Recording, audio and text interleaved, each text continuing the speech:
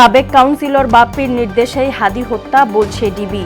ফয়সাল সহ 17 জনের বিরুদ্ধে চার্জশিট, বিচার দাবিতে ইনকিলাব মঞ্চের পদযাত্রা। প্রার্থিতা নিয়ে ইসিতে মোট 164 আবেদন, মনোনয়ন বাছাইয়ে পক্ষপাতিত্বের অভিযোগ এনসিপির। ঢাকা 17 আসনে কর্মীদের সঙ্গে তারেকের মতবিনিময়।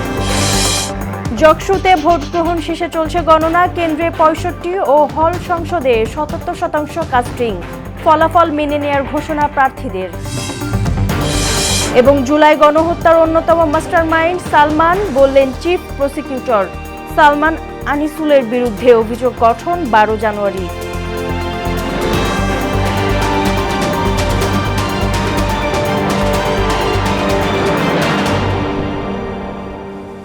আসসালামু আলাইকুম, স্বাগত মোহনা সংবাদে। এতক্ষণ শুনছিলেন শিরোনাম, পুরো সংবাদের সঙ্গে আছি নাদিয়া নাহিদ। ঢাকা উত্তর সিটির সাবেক কাউন্সিলর ও পল্লবী থানা যুবলীগের সভাপতি তাজুল ইসলাম বাপ্পির নির্দেশে ওসমান হাদিকে হত্যা করা হয় বলে জানিয়েছে পুলিশ। বিকেলে ডিএমপি মিডিয়া সেন্টারে সংবাদ সম্মেলনে কথা জানান ডিবি প্রধান শফিকুল ইসলাম। পল্টন থানায় দায়ের করা হত্যা মামলায় 17 জনকে অভিযুক্ত করে চার্জশিট দেওয়া হয়েছে। ডিবি প্রধান বলেন, হত্যা মামলায় এখন পর্যন্ত 12 জনকে আটক করা সম্ভব হলেও 5 আসামি পলাতক রয়েছে। এমআর আসাদের রিপোর্ট। রাজধানীর বক্স কালভার্ট রোডে গুলিবিদ্ধ হন ইনকিলাব মঞ্চের মুখপাত্র ওসমান হাদি। পরে 18 ডিসেম্বর সিঙ্গাপুরে চিকিৎসাধীন অবস্থায় মারা যান তিনি। বুধবার বিকেলে ডিএমপির মিডিয়া সেন্টারে এক ব্রিফিংয়ে ডিবি প্রধান জানান, তদন্তে হত্যার নির্দেশদাতার নাম পেয়েছে তার সংস্থা। শুটার ফয়সাল করিম মাসুদ ওরফে রাহুল ওরফে দাউদ এবং তার সহযোগী আলমগীর হোসেন দয়কে পলায়নের বিষয়ে সার্বিক সহায়তাকারী তদন্তে প্রাপ্ত আসামি তাজুল ইসলাম চৌধুরী বাপ্পি পল্লবী থানা যুবলীগের সভাপতি ও ঢাকা উত্তর সিটি কর্পোরেশনের 6 নং ওয়ার্ডের আওয়ামী লীগ মনোনীত নির্বাচিত কমিশনার কাউন্সিলর ছিলেন। কাজে আসামিদের রাজনীতি পরিচয়, ভিকটিমের পূর্ববর্তী বিভিন্ন রাজনৈতিক বক্তব্য থেকে তদন্তে প্রকাশ পায় যে রাজনৈতিক প্রতিহিংসার কারণে শরীফ ওসমান হাদি ওরফে ওসমান গনিকে গুলি করে হত্যা করা হয়। 17 জনের বিরুদ্ধে চার্জশিট দেওয়া হয়েছে উল্লেখ করে 5 জন আসামি এখনো পলাতক বলেও জানান শফিকুল ইসলাম। অপরাধ প্রাথমিকভাবে প্রমাণিত হয়ে উল্লেখিত আসামিদের বিরুদ্ধে বর্ণিত ধারায় অভিযোগপত্র আজকে দাখিল করা হয়েছে। এদিকে হাদি হত্যার বিচারের দাবিতে শাহবাগ থেকে উত্তরা পর্যন্ত মার্চ ফর জাস্টিস কর্মসূচি পালন করেছে ইনকিলাব মঞ্চ। এমআর আসাদ, মোহনা সংবাদ, ঢাকা। ত্রয়োদশ জাতীয় নির্বাচনে মনোনয়ন বাতিল ও গ্রহণের বিরুদ্ধে 2 দিনে মোট 164টি আপিল আবেদন পড়েছে নির্বাচন কমিশনে। আপিল নিষ্পত্তিতে প্রার্থিতা ফিরে পাওয়ার বিষয়ে আশা জানান প্রার্থীরা। এদিকে মনোনয়ন বাছাইয়ের ক্ষেত্রে একটি নির্দিষ্ট দলের প্রতি প্রশাসনের পক্ষপাতিত্বের অভিযোগ আনল জাতীয় নাগরিক পার্টি এনসিপি। সিইসির সঙ্গে সাক্ষাৎ শেষে দলটির মুখপাত্র আসিফ মাহমুদ সজীব ভূঁইয়া বলেন, অনেক জায়গায় নির্বাচন কেন্দ্রিক আচরণবিধি লঙ্ঘন হচ্ছে, আইন শৃঙ্খলা পরিস্থিতিও হতাশাজনক। আরও জানাচ্ছেন মফিউর রহমান। ত্রয়োদশ জাতীয় নির্বাচনে বাতিল হওয়া মনোনয়নপত্র বৈধ করতে দৌড়ঝাঁপ শুরু প্রার্থীদের। আপিল জমার দ্বিতীয় দিনে আগারগাঁওয়ে নির্বাচন কমিশন ভবনে যান অনেক প্রার্থী। উদ্দেশ্য, আপিল নিষ্পত্তি করে ভোটযুদ্ধে নামার সুযোগ পাওয়া। সারা দেশকে 10টি অঞ্চলে ভাগ করে নেওয়া হচ্ছে আপিল আবেদন।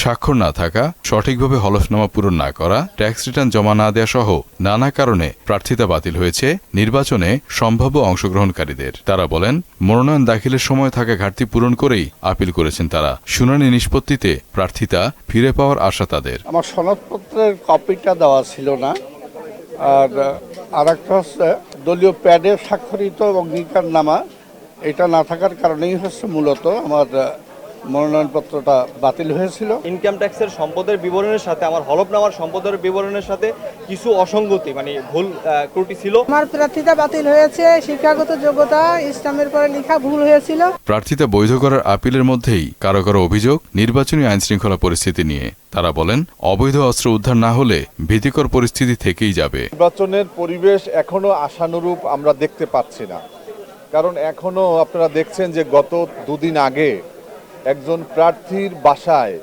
কাপড়ের কাপড় পাঠানো হয়েছে। নির্বাচনের পরিবেশ যতটুকু আছে অতটুকু ক্লিয়ার না। আমরা ভালো নির্বাচন পরিবেশ আমরা চাচ্ছি। ইসিতে আপিল আবেদন করা যাবে আগামী 9 জানুয়ারি পর্যন্ত। এরপর 18 জানুয়ারি পর্যন্ত চলবে নিষ্পত্তি কার্যক্রম।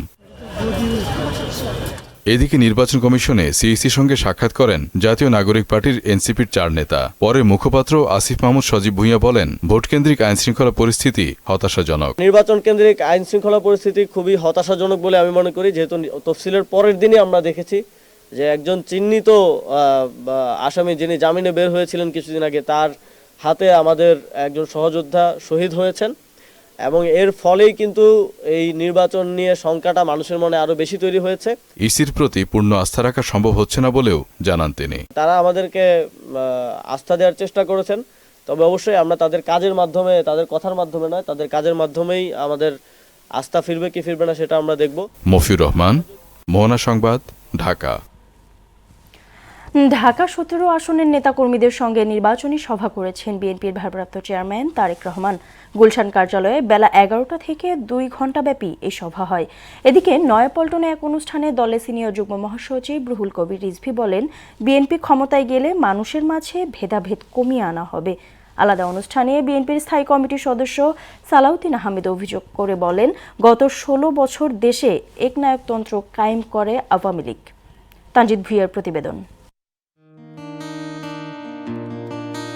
ঢাকা 17 আসনের নেতাকর্মীদের সঙ্গে নির্বাচন নিয়ে বিএনপি চেয়ারপারসনের কার্যালয়ে মতবিনিময় সভা করেন দলটির ভারপ্রাপ্ত চেয়ারম্যান তারেক রহমান। প্রায় 2 ঘণ্টা ব্যাপী চলে সেই সভা। সেখানে নেতাকর্মীদের প্রয়োজনীয় দিক নির্দেশনা দেন তারেক রহমান। এদিকে বাংলাদেশ জাতীয়তাবাদী মোটরযান চালক দলের সাংগঠনিক কর্মপরিকল্পনা কার্যক্রম উদ্বোধন করা হয় বিএনপির কেন্দ্রীয় কার্যালয়ে। ক্ষমতায় গেলে বিএনপি জনগণের জন্য কাজ করবে বলে জানান দলটির নেতারা। ভারপ্রাপ্ত চেয়ারম্যান জনাব তারেক রহমান ওই সময় অন্যান্য অঙ্গ সংগঠনের প্রতি যে গুরুত্ব দিয়েছিলেন, আপনাদের প্রতিও কিন্তু সমান গুরুত্ব দিয়েছিলেন। এই নির্বাচন নিয়ে অনেক ষড়যন্ত্র হচ্ছে, ষড়যন্ত্র শেষ দিন পর্যন্ত থাকবে। কারণ আজকে আমরা 71 সালে যারা আমাদের দেশের স্বাধীনতার বিরোধিতা করেছিল, তারা কোনো সোচ্চার, এদিকে আপনাদের সতর্ক থাকতে হবে।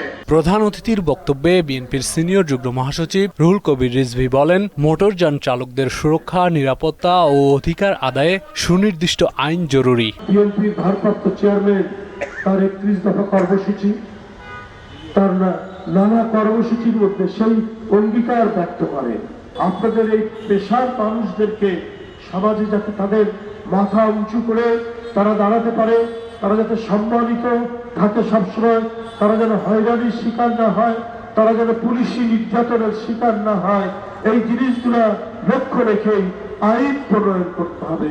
পাশাপাশি যাত্রীরাও যাতে নিরাপদ বোধ করে।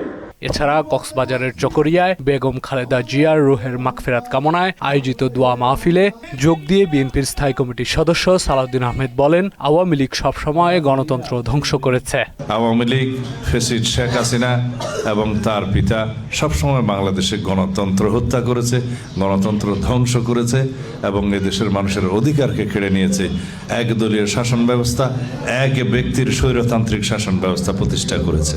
দেশের স্বার্থে বেগম খালেদা জিয়া বরাবর আপোষহীন অবস্থান নিয়েছেন বলেও মন্তব্য করেন সালাউদ্দিন আহমেদ। আমরা বৈষম্যহীন বাংলাদেশ চাই, আমরা এমন বাংলাদেশ চাই যেখানে আইনের শাসন চালু থাকবে। তানজিদ ভুঁইয়া, মোহনা সংবাদ, ঢাকা।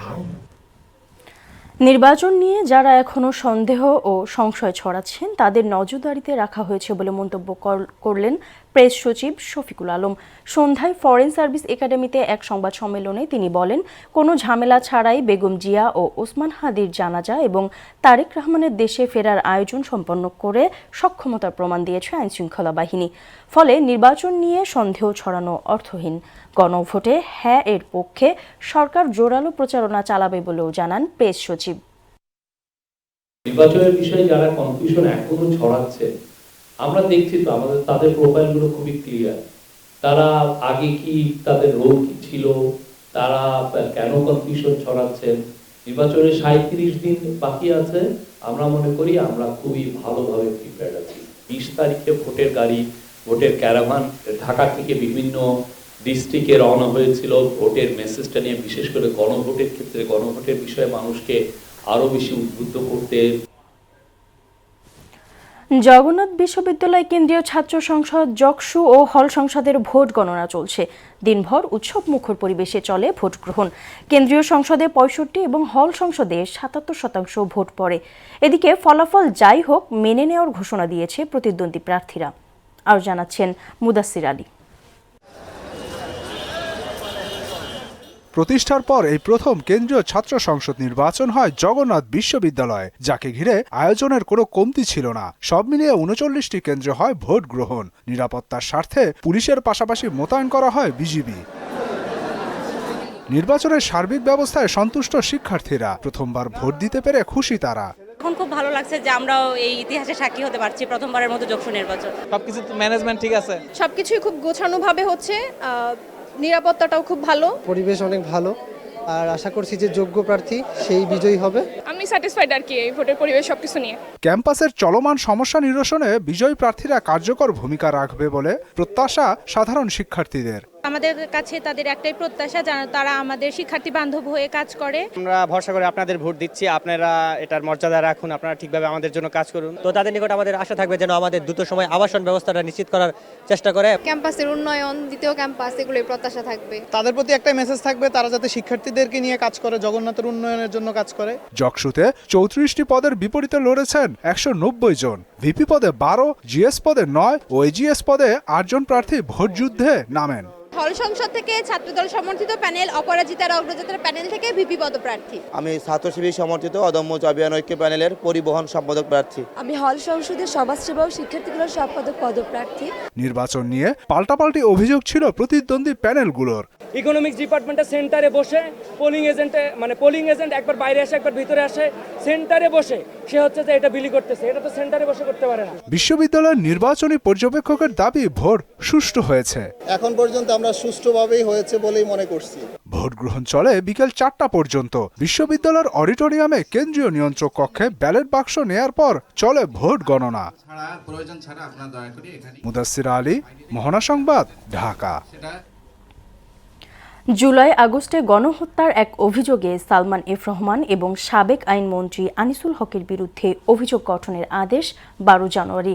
মঙ্গলবার শুনানি শেষে এ আদেশ দেন বিচারপতি গোলাম মুর্তুজা মজুমদারের নেতৃত্বাধীন ট্রাইব্যুনাল 1-এর বিচারক আদালত।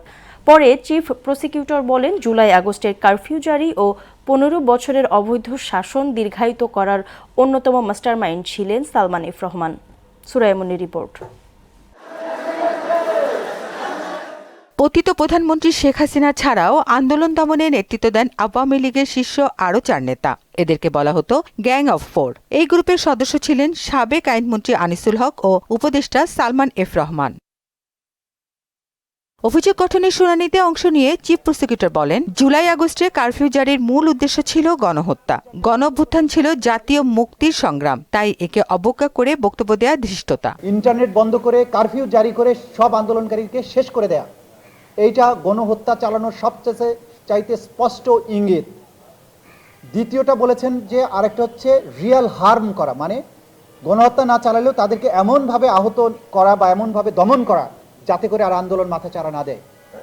এই যে তাদের কনভারসেশন, এটা থেকে বোঝা যাচ্ছে যে সরকারের উপরে, সরকারের ক্যাবিনেটের উপরে, সরকারের ডিসিশন মেকিং প্রসেসের মধ্যে তারা কতটা ইনভলভ ছিলেন। আর জনগণের জানমাল রক্ষার্থে কারফিউ দেওয়া হয়েছিল উল্লেখ করে এ মামলা থেকে অব্যাহতির দাবি জানান আসামি পক্ষের আইনজীবী। কোনো আইন শৃঙ্খলা অবনতি ঘটলে স্বরাষ্ট্র মন্ত্রণালয় স্পেশাল পাওয়ার্স অ্যাক্টের সেকশন 24-এর বিধান অনুযায়ী তার মন্ত্রণালয়কে নির্দেশ দিতে পারেন কারফিউ আরোপ করে শান্তি শৃঙ্খলা ফিরিয়ে আনার জন্য। কারফিউ জারি কোনো আইনগত অপরাধ নাই, এটা আইনে প্রভাবিত করে। আইনমন্ত্রীর এখানে কোনো করার কোনো সুযোগও নাই, ইন্টারফেয়ার করার কোনো সুযোগ নেই। এদিন জুলাই বিপ্লবের প্রথম শহীদ আবু সাইদ হত্যা মামলার 4র্থ দিনের সাক্ষ্য গ্রহণ অনুষ্ঠিত হয়। সুরাইয়া মুন্নি, মোহনা সংবাদ, ঢাকা। অবৈধ স্মার্টফোন বন্ধ করতে পারলে সরকারের রাজস্ব আয় হবে 5 থেকে 6 হাজার কোটি টাকা। এসব ফোন আমদানিকে অর্থ পাচারের কৌশল বলে মনে করছেন mobile phone industry owners association. সকালে রাজধানীর একটি হোটেলে আয়োজিত ব্রিফিংয়ে এমন অভিযোগ করেন সংগঠনটির নেতারা। ডিজিটাল সুরক্ষিত দেশ গড়তে প্রয়োজনীয় নীতি সহায়তা দেওয়ার দাবি জানান তারা। মনিরুল ইসলামের প্রতিবেদন। প্রতি বছর দেশে আমদানি হয় প্রায় 1 কোটি স্মার্টফোন, যার 20% অবৈধ পন্থায় আসা। ফলে সরকার রাজস্ব হারাচ্ছে অন্তত 5 থেকে 6 হাজার কোটি টাকা। এ নিয়ে সংবাদ সম্মেলনের আয়োজন করে স্মার্টফোন নির্মাতার প্রতিষ্ঠানগুলোর সংগঠন MIOA, যার বিষয়বস্তু NEIR এর মাধ্যমে শুরু হোক নিরাপদ বাংলাদেশের পথচলা। এতে ন্যাশনাল ইকুইপমেন্ট আইডেন্টিটি রেজিস্ট্রেশনের সুফল নিয়ে কথা বলেন MIOA এর নির্বাহী সদস্য জিয়াউদ্দিন জিয়া। বাংলাদেশের টোটাল যদি 10 মিলিয়ন হয় তাহলে এর স্মার্টফোনের মার্কেট 20% মতো আসলে ইল্লিগেল। আমরা যেহেতু দেখেছি 30,000 টাকার উপরে আসলে ওইগুলো, সে 30,000 টাকার উপরে ওই ফোনগুলোর ASP ধরা হচ্ছে 50,000 টাকা, তাহলে অলমোস্ট বছরে রেভিনিউ গেইন হচ্ছে 10,000 কোটি টাকা। তিনি বলেন NEIR বাস্তবায়ন করতে পারলেই 16,000 কোটি টাকা রাজস্ব আদায় সম্ভব, আর সহায়ক নীতিমালা থাকলে 4 বছরের মধ্যে মুঠোফোন রপ্তানি করা যাবে। পলিসি যদি সাপোর্ট থাকে এই ইন্ডাস্ট্রি থেকে 2030-32 সাল নাগাদ 5 থেকে 6,000 কোটি টাকা এক্সপোর্ট করে ভ্যালু এডিশন করা সম্ভব।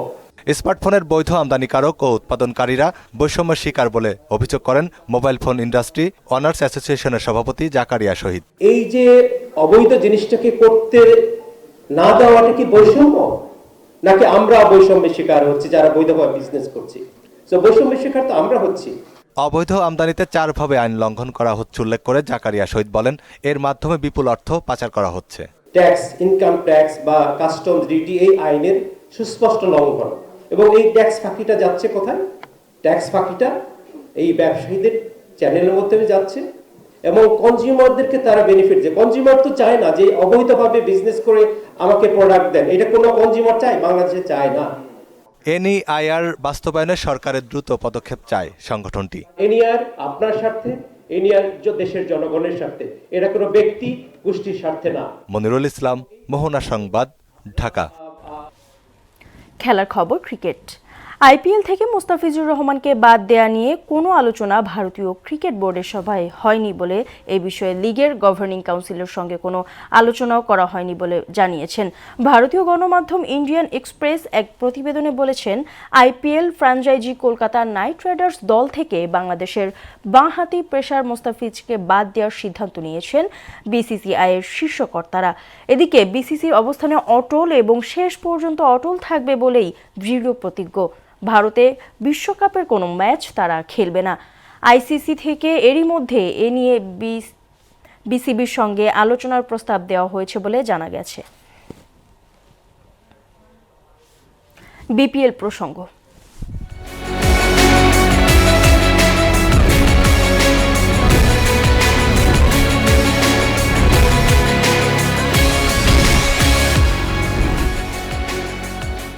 চলমান BPL এর উপস্থাপনা প্যানেল থেকে বাদ পড়লেন ভারতীয় উপস্থাপক ঋদ্ধিমা পাঠক। উদ্ভূত পরিস্থিতিতে ঋদ্ধিমাকে বাদ দেওয়া হয়েছে বলে জানিয়েছে BCB। এবারের BPL এ ধারাভাষ্য ও উপস্থাপনায় চমক দেখিয়েছিল BCB। উপস্থাপক হিসেবে পাকিস্তানের জয়নব আব্বাসের সঙ্গে ছিলেন ভারতের ঋদ্ধিমা পাঠক, আর ধারাভাষ্যকার হিসেবে পাকিস্তানের সাবেক অধিনায়ক ও সাবেক PCB প্রধান রমিজ রাজা, ইংলিশ কিংবদন্তি ডারেন গভদের অন্তর্ভুক্ত করা হয়েছে। ফুটবল। অবশেষে লিয়াম রোজনিয়রকে 6 বছরের চুক্তিতে প্রধান কোচ হিসেবে নিয়োগ দিয়েছে চেলসি। এনজো মারেস্কোর স্থলাভিষিক্ত হচ্ছেন তিনি। এক বিবৃতিতে 41 বছর বয়সী এই কোচকে নিয়োগ দেওয়ার কথা জানায় প্রিমিয়ার লিগের ক্লাবটি। 2032 সাল পর্যন্ত কাজ করবেন রোজনিয়র। ডার্বি কাউন্টি ও হাল সিটিকে কোচিং করানোর পর 2024 সালের জুলাই মাসের স্ট্রাসবুরের দায়িত্ব নেন তিনি। রোজনিয়রের হাত ধরেই প্রথমবার ইউরোপিয়ান প্রতিযোগিতায় খেলার যোগ্যতা অর্জন করে ফরাসি ক্লাবটি। শেষ করব মোহনা সংবাদ, যাবার আগে শিরোনামগুলো আরও একবার।